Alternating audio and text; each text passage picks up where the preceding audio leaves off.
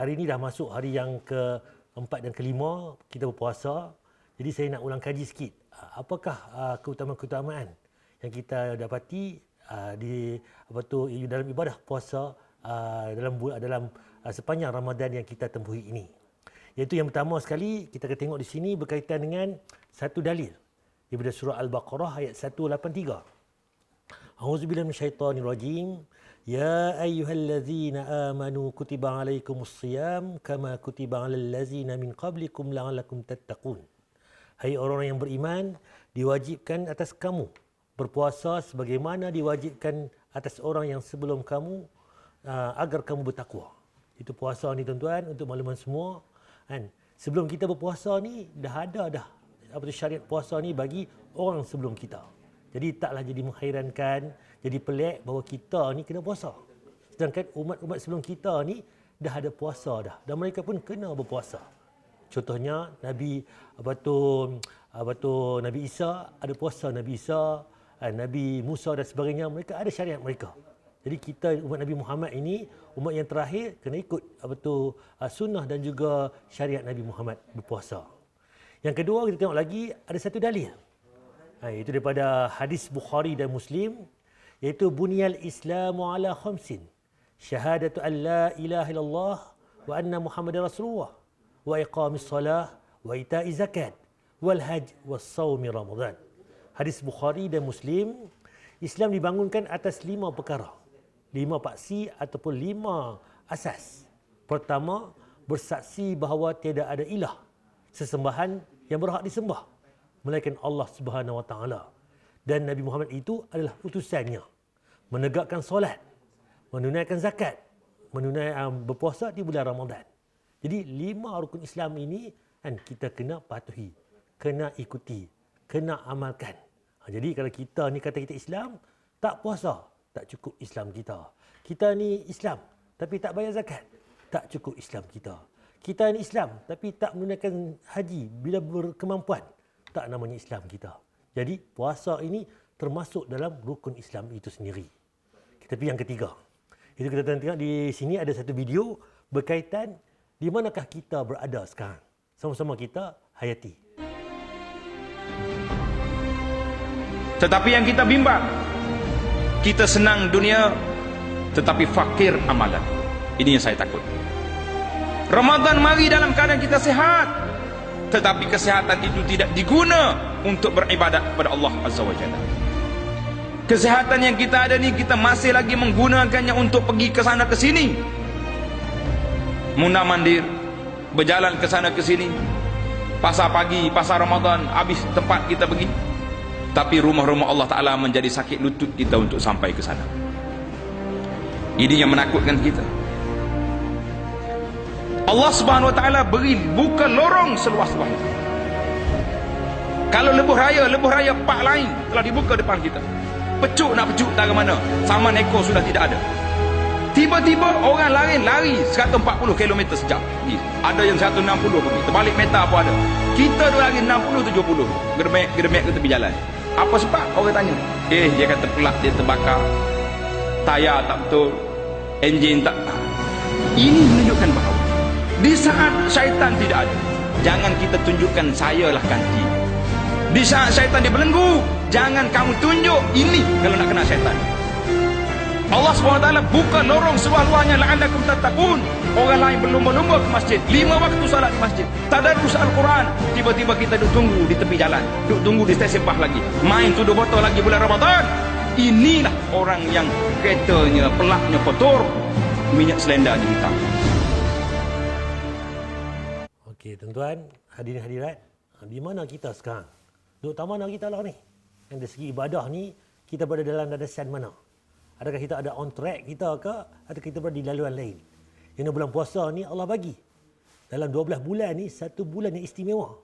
Kita dipulunkan, digalakkan, disunahkan, disuruh kita perbanyakkan ibadah bulan puasa ni. Sebab apa? Untuk kita hayati, kita tempuhi pada 11 bulan yang lain. Di bulan Ramadan ni, 1 bulan itu madrasah kita, sekolah kita. Yang kita belajar dalam itu tentang kesabaran, tentang apa? Tentang pahala, tentang dosa, tentang kebaikan. Untuk apa? Kita lalui pada bulan-bulan yang lain. Jadi, tang mana kita berada sekarang? Adakah kita bersedia dengan Ramadan ini? Pejam celek, dah masuk hari yang keempat kelima dah. Jadi ada peluang lagi.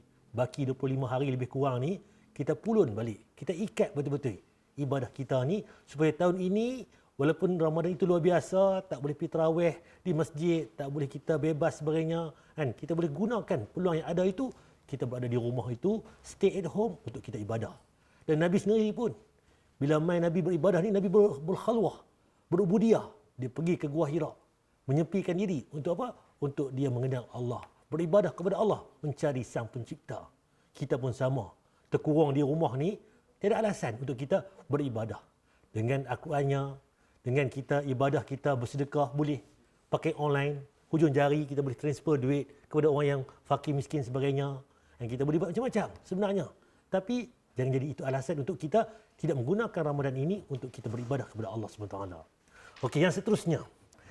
Di sini saya ingin nak sentuh sikit tentang larangan berpuasa sehari, 2 hari sebelum Ramadan. Ini ilmu hari itu ni, sebelum kita Ramadan tu ada satu dalil yang mana Nabi larang kita ni berpuasa sehari atau 2 hari sebelum Ramadan. Iaitu apa dia? Hadis muttafaqun alaih. Iaitu dari Abu Hurairah radhiyallahu dari Nabi sallallahu alaihi wasallam bersabda, apa tu, janganlah seseorang dari kalian berpuasa sehari ataupun 2 hari sebelum bulan Ramadan kecuali bagi orang yang terbiasa berpuasa. Maka berpuasalah pada hari itu. Jadi dalam dalil ini ada 2 makna, 2 maksud. Pertama, Nabi larang.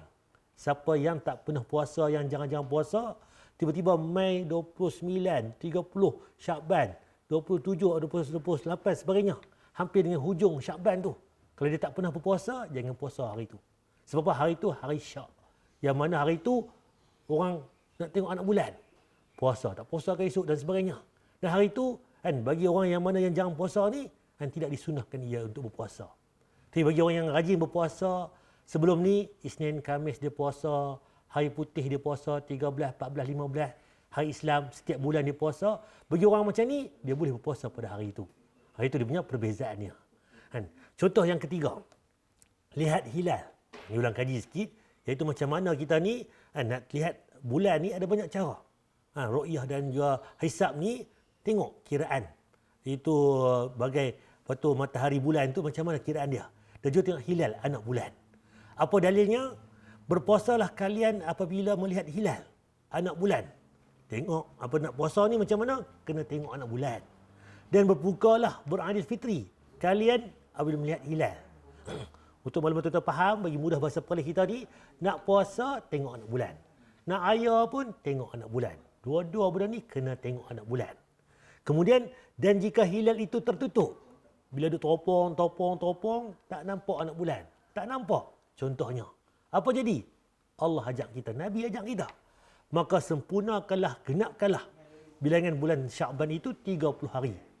Teropong, tak nampak anak bulan. Apa jadi? Himpunkan semua hari itu cukup 30.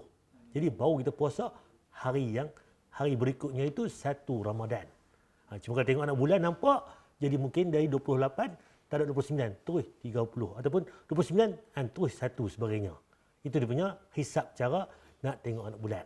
Jadi ada 2 kiraan dia. Tapi yang pertama, mesti tengok anak bulan dulu. Nampak, kita puasa. Tak nampak, tambah sehari lagi. Esok tu puasa. Nak raya pun sama juga. Tengok anak bulan. Nampak, esok raya. Tak nampak, tambah sehari lagi.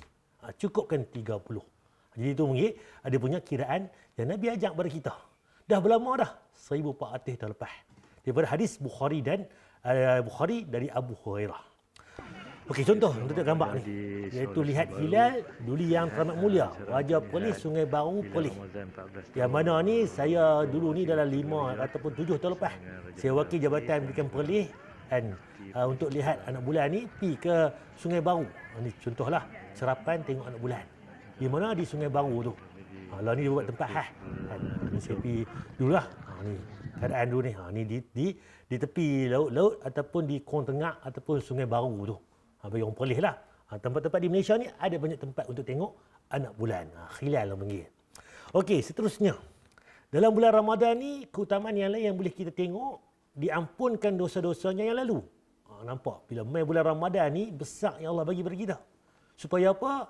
Dosa yang kita ada ni Allah ampun, Allah buang, Allah hilangkan. Apa dalilnya? Hadis muttafaqun alaih iaitu Bukhari dan Muslim.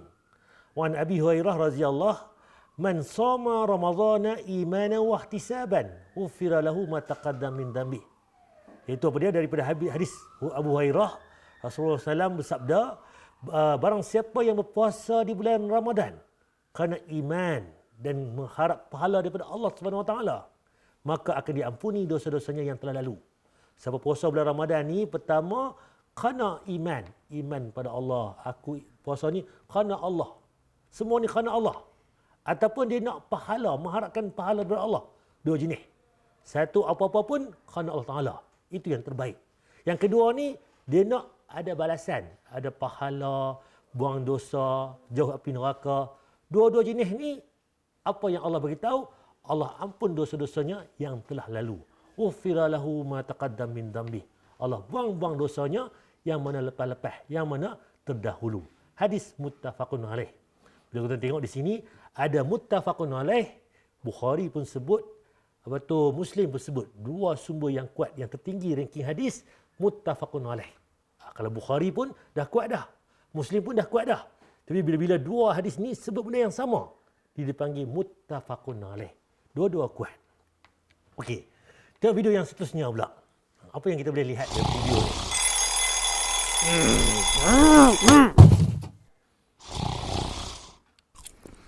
Saya tahu apa ni?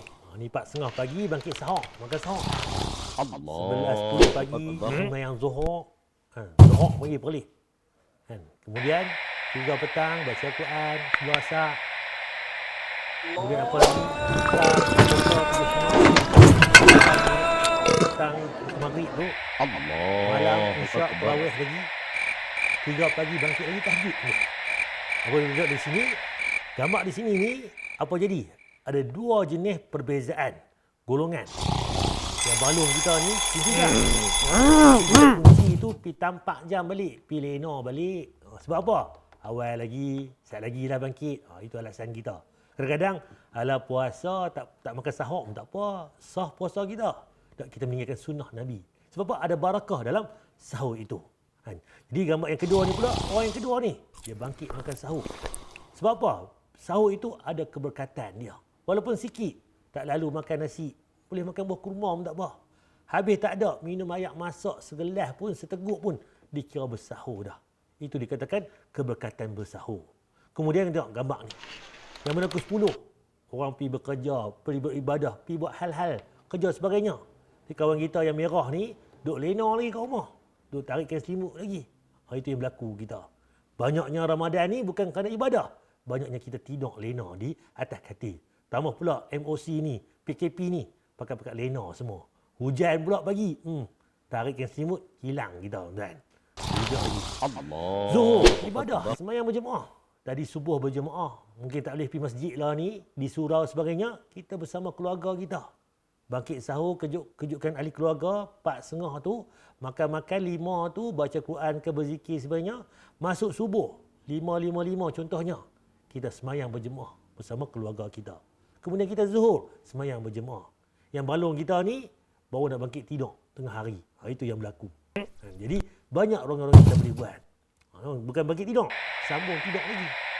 Nampak orang baca Quran, tadarus, satu huruf, satu kebaikan, 3 huruf, alif, lam, mim tu, 3 kebaikan, 30 pahala. Tapi tak, kita buka TV, kita tengok movie, pakai Netflix lah, pakai macam-macam lah, cerita macam-macam lah ni. Di hujung jari kita, internet di hujung jari. Kan, My IPTV sebagainya. Jadi macam-macam laluan untuk kita nak berhibur.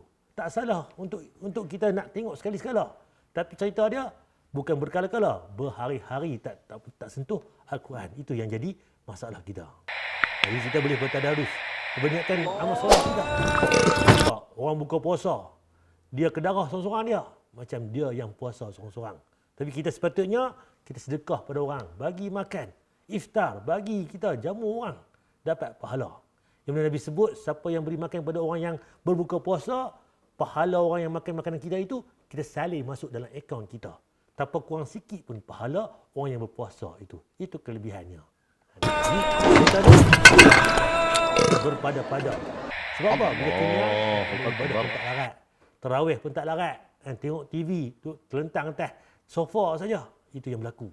Jadi, bangkit malam lagi, bertahajud. Kita apa dia? Tengok cerita, tengok movie, tengok macam-macam. Lara. Bukan kata tak boleh tengok. Tengoklah sikit-sikit tu. Tapi ibadah tu hilang terus. Seolah-olah tak ada apa yang boleh kita buat. Selain daripada kita untuk kita baca Quran, berzikir dan sebagainya. Jadi ini tip-tip untuk di sekitar bulan Ramadan kita. Kita pergi lagi. Yang seterusnya, pintu syurga dibuka. Pintu neraka ditutup. Bulan puasa ni, untuk makluman semua, pintu syurga dibuka seluas-luasnya. Pintu neraka ditutup serapat-rapatnya. Apakah dalilnya? Ni dalil dia. Iaitu, Iza ja'a Ramadana futihat abwabur rahmah. Abwabul jannah. Wa uliqat abwabun nar. Wa sufidat asyayatin. Iaitu apa dia? Daripada Abu Hurairah radhiyallahu Rasulullah SAW bersabda, apabila bulan Ramadan tiba, masuk saja bulan Ramadan, semua pintu syurga dibuka. Dibuka seluas-luasnya pintu syurga ni. Dan tertutuplah semua pintu neraka. Dan syaitan-syaitan dibelenggu. Nampak? Dalil ini disebut 3 benda. Satu, bulan puasa, pintu syurga dibuka seluas-luasnya. Kedua, bulan puasa, pintu neraka ditutup serapat-rapatnya. Yang ketiga pula, syaitan-syaitan dibelenggu, diikat. Cuma saya tengok dalam baru-baru ni, tengok WhatsApp, main PKP kita ni, dia berkata apa? Kita lah ni, dulu ni syaitan dibelenggu sebelum Ramadan. Masuk Ramadan, diikat. Tapi kita lah ni, kita diikat dulu sebelum Ramadan. Duduk dalam rumah, terkurung kita rapat-rapat. Jadi macam pelik pula. Yang mana hikmah dia, bulan-bulan lain, iblis syaitan tu bermahaja lela. Main bulan puasa, diikat. Ikat-ikatnya untuk mereka. Jadi bila main Ramadan tahun ni, kita pula diikat awal pada iblis syaitan. Itu daripada ni lah, netizen yang duk post macam-macam berita tu. Cerita dia tuan, kena mesej saja. Tapi dia tak buat pun, tak beribadah pun. Tangan itu sebarkan mesej-mesej. Tapi tak kita gunakan untuk kita beribadah. Ambil peluang. Muttafaqun alaih. Contoh video ni tuan-tuan. Ni tuan, macam mana satu video ni tentang betul masyarakat kita.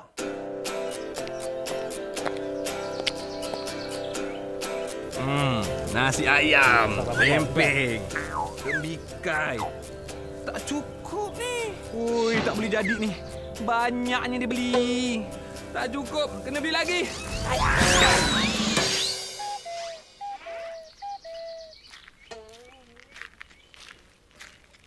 Pakcik, Assalamualaikum. Pakcik nak ke surau kan?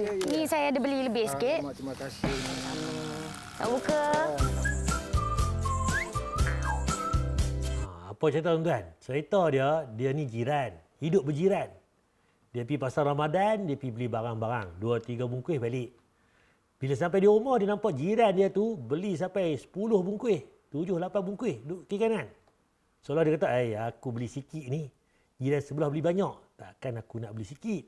Dia boleh patah balik, pergi beli pula, tambah. Abang penuh jari-jari tu. Nak berlumba-lumba, nak makan. Tapi bila apa jadi? Rupanya jiran yang awal tu, dia buat apa? Dia nak sedekah kat geng masjid, geng surau sebagainya untuk berbuka puasa. Nampak? Jadi itulah dia masyarakat kita ni. Pergi pasar malam, pergi pasar Ramadan. Pergi tengok-tengok macam-macam jenis nak beli. Tapi bila balik rumah tu, nak minum air segelas je. Kuih sikit, nasi semua kenyang dah. Tapi tak membazir kan. Cuma main zaman kita lah ni, PKP ni, nak beli-beli macam ni pun dah kurang nak nikmatnya. Ia ada banyak hikmahnya. Kalau kita dulu ni membazir sebagainya. Jadi lah ni kita boleh gunakan peluang yang ada ni, kita gunakan untuk kita bersama keluarga. Boleh test masak-masakan, pelbagai jenis. Berkongsi dengan jiran-jiran sebelah. Pahala sunnah itu. Yang mana kita bagi makan jiran kita. Buat tempur talam, satu talam tu, bagi 3. Jiran kiri, jiran kanan. Kita ambil separuh contohnya. Mereka pun buat benda yang lain juga. Tukar-tukar. Jadi pahala dapat. Hubungan pun kita boleh hubungkan silaturahim. Okey, seterusnya lagi. Dijauhkan api neraka. Yang mana dalil ini disebut, iaitu daripada Abu Sa'id Al-Khudri. Radhiyallahu ia berkata, Rasulullah SAW bersabda, tiada seorang hamba pun yang berpuasa satu hari di jalan Allah, kecuali pada hari itu Allah akan jauhkan wajahnya dari api neraka ni 70 tahun perjalanan. Apa dalil ini tuan? Muttafaqun alaih.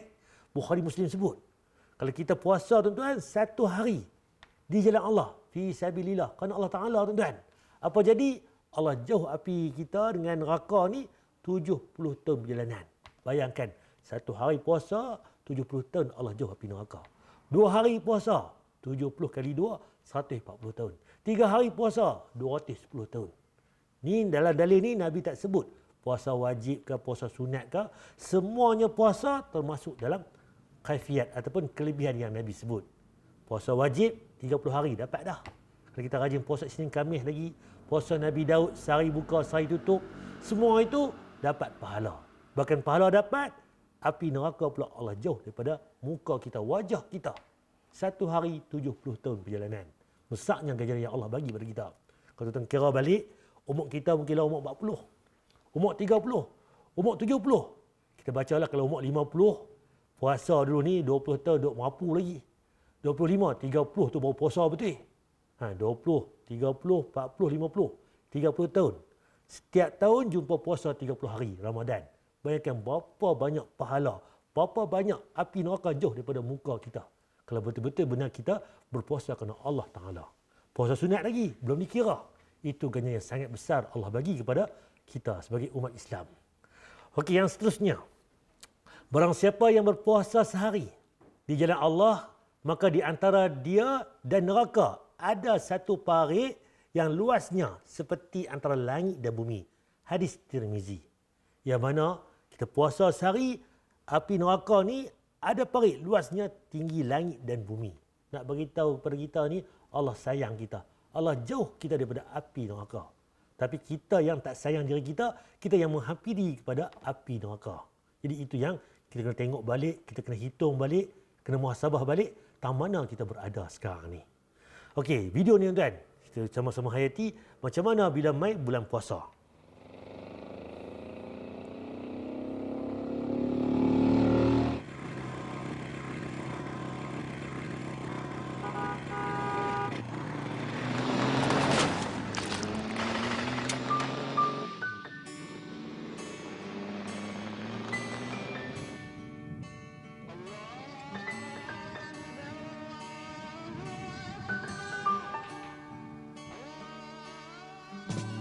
Tubuhku terguncang dihempas batu jalanan.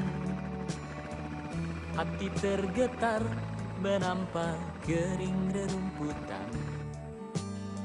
Banyak cerita yang mestinya kau saksikan di tanah kering bebatuan. Oh, oh. Oh, oh, oh, oh.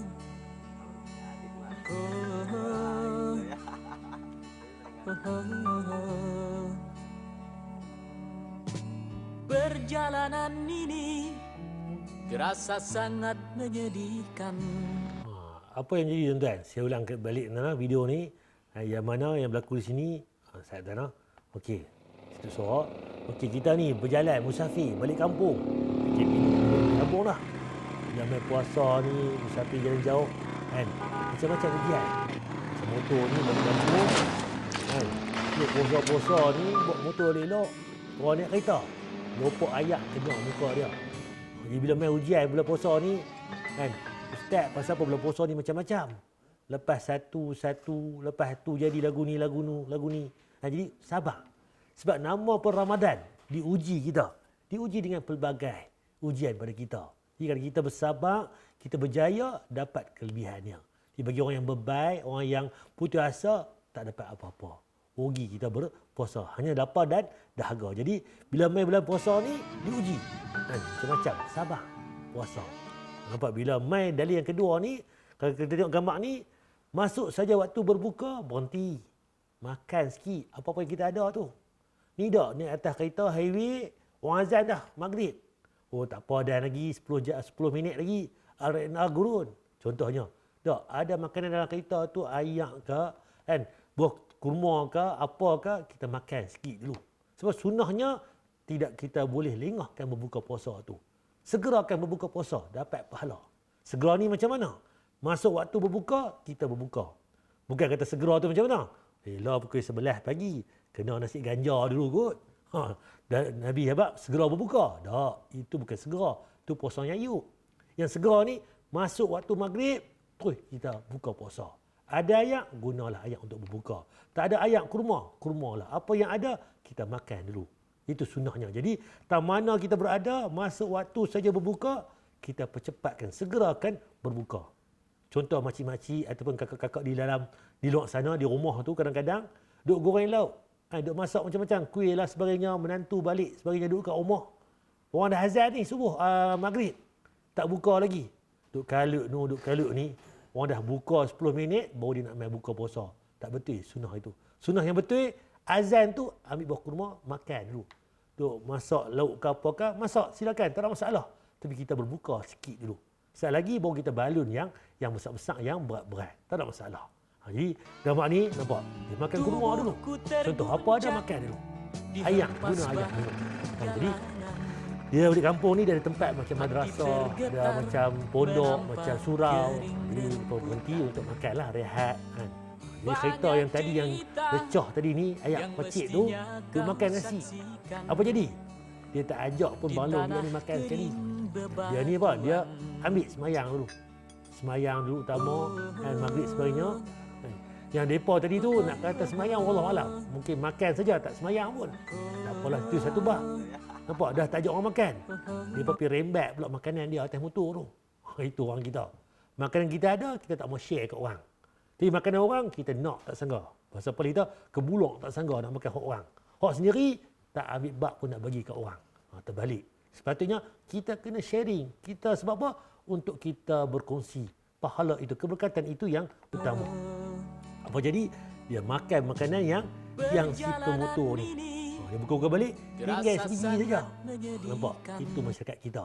Hak orang kita ambil, hak kita tak mau kongsi kat orang. Sepatutnya kita banyak memberi, bukan banyak menerima. Itu yang patut kita nilai balik masyarakat kita.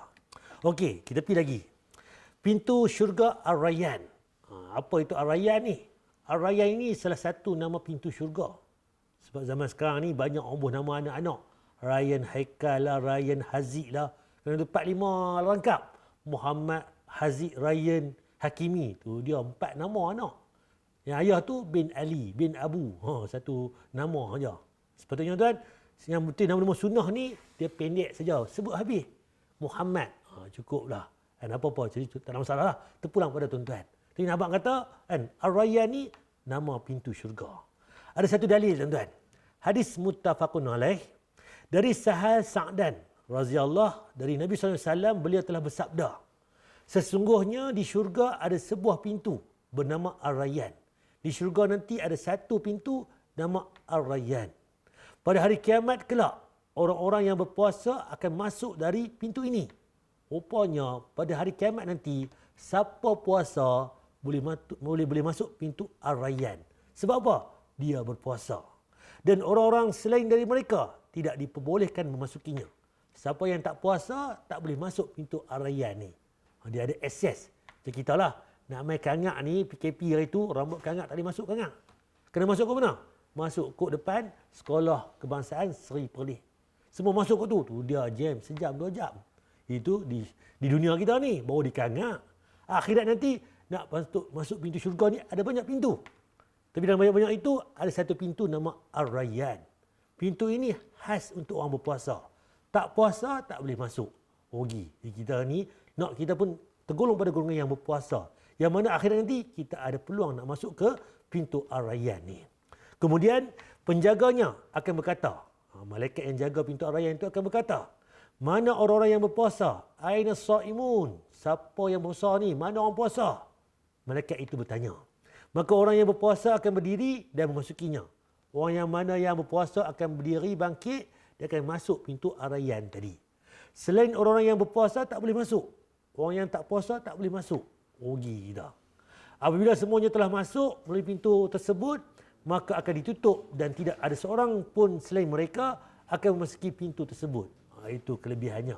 Jadi cerita dia, kalau kita puasa Ramadan, kita jaga betul-betul 30 hari yang ada ni, yang benar ada 25, 24 hari berbaki ni, kita pegang betul-betul, akhirat nanti kita ada peluang masuk pintu Ar-Rayyan. Yang mana untuk khas orang berpuasa. Setengah orang ni hebat. zakat dia bagus, sedekah dia bagus, haji dia bagus, harta dia banyak, macam-macam dia buat kebaikan. Tiba-tiba dia tak puasa, rugi. Pintu Ar-Rayyan dia tak ada peluang untuk masuk. Kalau kita ni berpuasa, kita bayar zakat, kita pergi haji, kita solat, semua pintu yang kita berhak untuk kita masuk. Kita pilih. Tapi kalau kita di dunia ni bermalas-malasan, akhirat nanti kita terima natijahnya. Yang mana Ar-Rayyan ni hanya khas untuk pintu orang yang berpuasa kerana Allah Ta'ala. Hadis muttafaqun alaih. Okey, tapi lagi tuan-tuan. Syurga Ar-Rayyan bagi orang yang suka berpuasa. Apa video ni sebut tuan-tuan?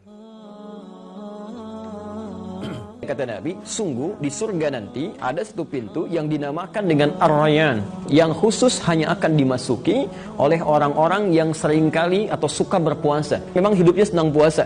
Ada yang ngejar puasa Senin, ada yang ngejar puasa Kamisnya, ada yang kemudian ngejar lagi dengan puasa Daud. Jadi hidupnya memang senang mengumpulkan ibadah. Biasanya yang paling terasa saat puasa, lapar atau haus? Pasti haus. Karena seorang ini senang puasa, dia menahan hausnya karena Allah, menahan dahaga karena Allah, segalanya dia lakukan karena Allah. Ini nanti pintunya manggil-manggil. Mana yang di dunianya yang suka puasa, tiba-tiba terbuka pintunya, mereka semua masuk. Ketika masuk ditutup langsung. Kenapa pintu itu disebut Ar-Rayyan? Karena mulai melewati pintu itu, hilang semua dahaga, tidak akan pernah haus selama hidupnya lagi. Sebab apa nama Ar-Rayyan tadi?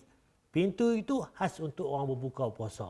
Yang mana nikmat dia, bila masuk pintu itu, tak dahaga dah. Tak lapang ayak dah. Orang boleh panggil lapang. Kalau kita ni dahaga air. Tapi orang boleh panggil lapang ayak. Nak kata, lapang sungguh-sungguh, dahaga sungguh-sungguh. Jadi cerita dia, bila kita masuk pintu Ar-Rayyan, hilang dahaga dah. Dah rasa kenyang dah.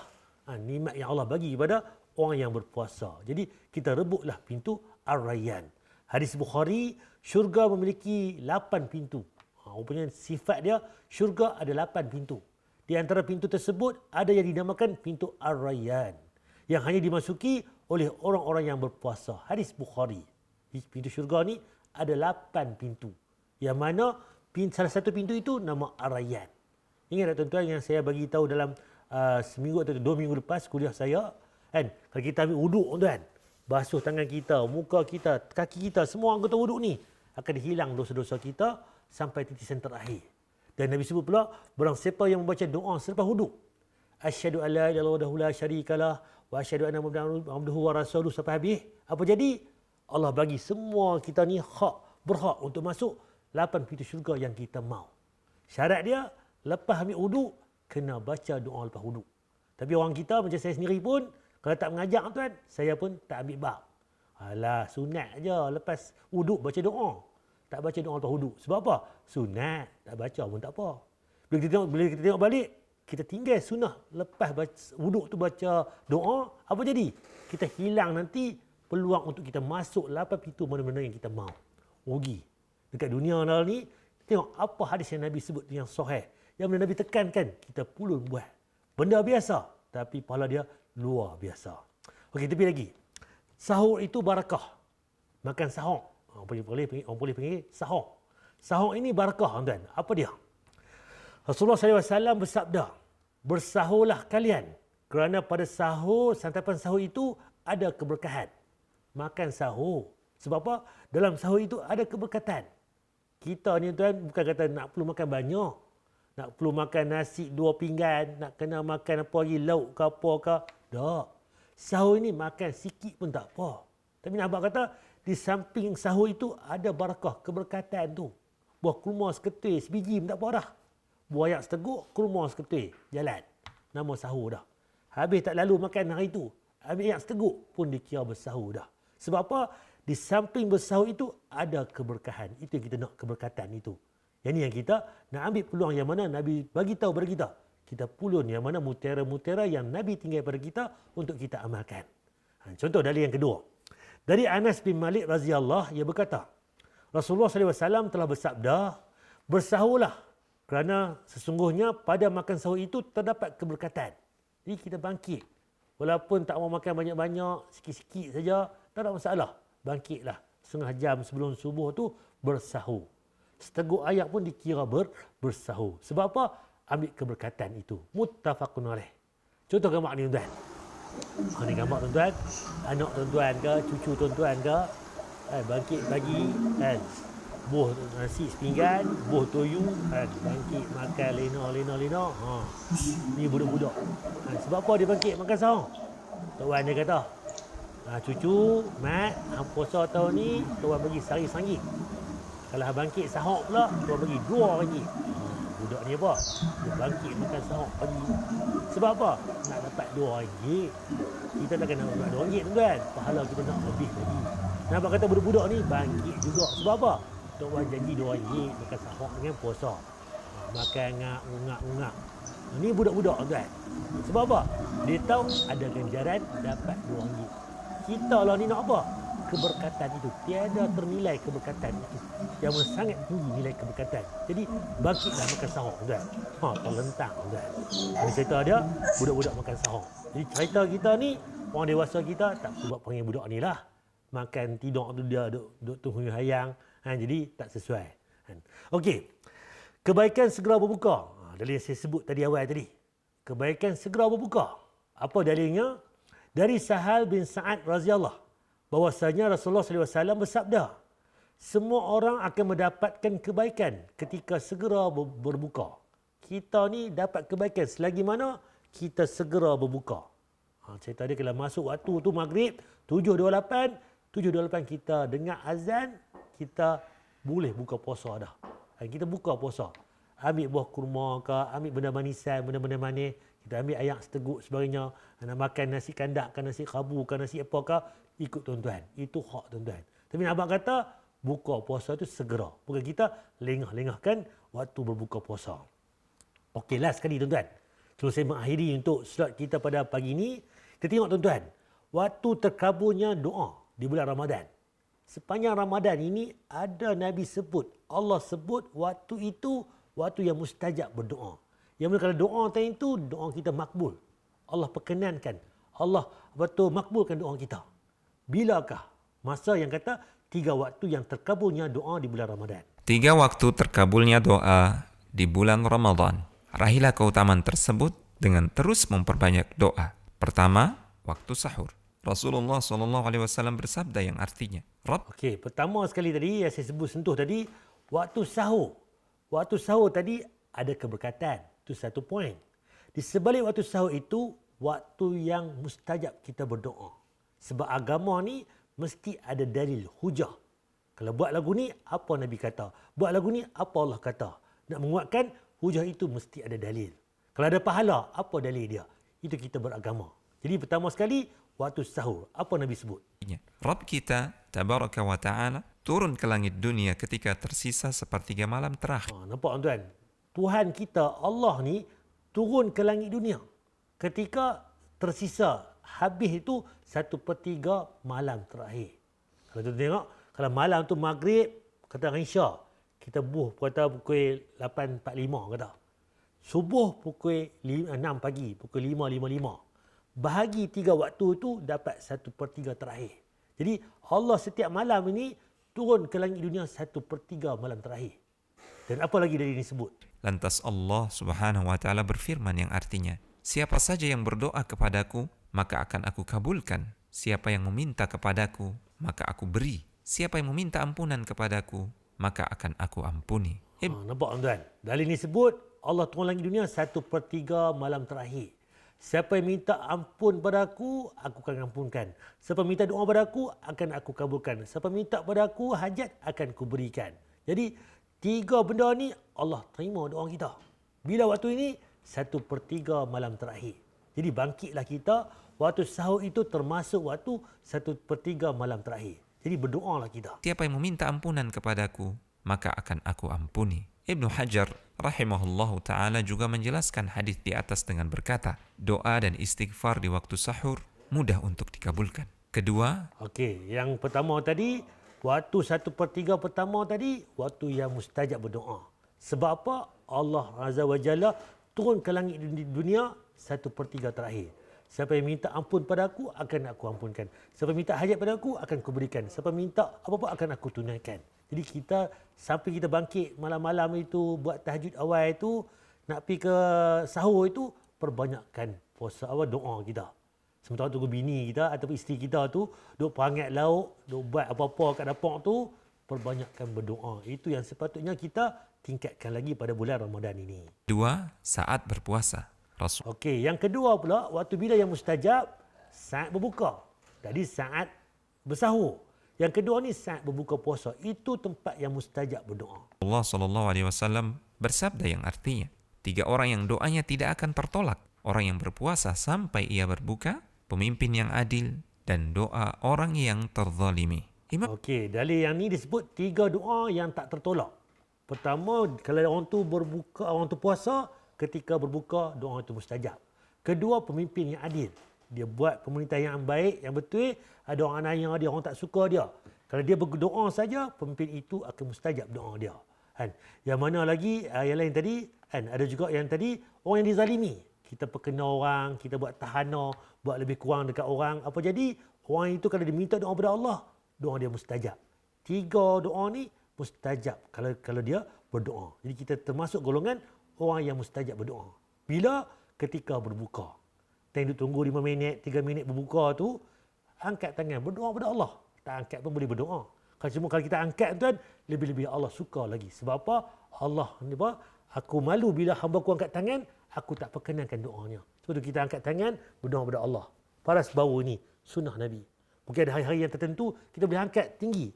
Ketiak kita ni, setinggi mungkin pun boleh. Cuma taklah tiap hari sampai tinggi. Sekali-sekala, biasa je berdoa. Ada betul hajat yang penting, kita angkat tinggi pada Allah. Itu sunnah Nabi. Apa dalilnya? Nabi di Padang Arafah, Nabi angkat tangan tinggi sampai nampak ketiak Nabi. Minta doa kepada Allah. Betul-betul bersungguh-sungguh. terzalimi. Imam Nawawi rahimahullahu ta'ala berkata, disunnahkan orang yang berpuasa untuk memperbanyak doa demi urusan akhirat dan dunianya. Juga ia boleh berdoa untuk hajat yang ia inginkan. Begitu pula jangan lupa doa kebaikan untuk kaum muslimin secara umum.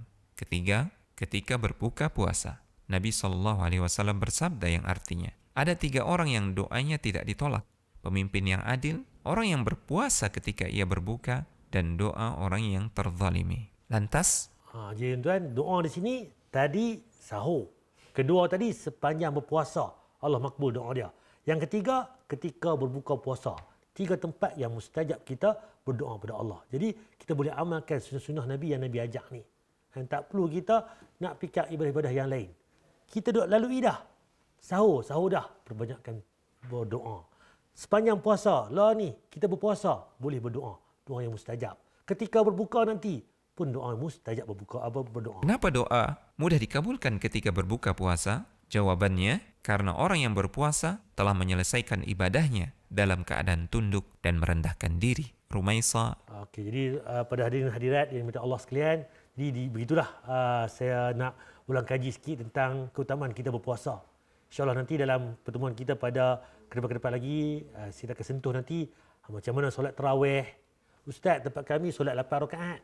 Tempat ni buat 20 rakaat. Ustaz, tempat kami boleh buat 40 rakaat. Macam mana cerita dia? Apa dalil? Apa cerita dia? Sunnah semua kah? Ke salah satu sunnah kah? Kita akan rujuk balik. Apa yang Nabi sebut? Apa yang sahabat buat? Dan sebagainya. Jadi, semua itu dalam nikah sunnah ahli sunnah wal jamaah. InsyaAllah semua kita jumpa pula nanti pada pertemuan yang akan datang. Jadi, semoga bermanfaat apa yang kita bincangkan tadi. Jadi, saya nak tekankan sini, sepanjang kita berpuasa ni, perbanyakkan berdoa. Sebab doa ketika berpuasa ni tidak tertolak. Ketika sahur tidak tertolak. Ketika berbuka tidak tertolak. Wallahu alam. Sekian. Assalamualaikum warahmatullahi wabarakatuh.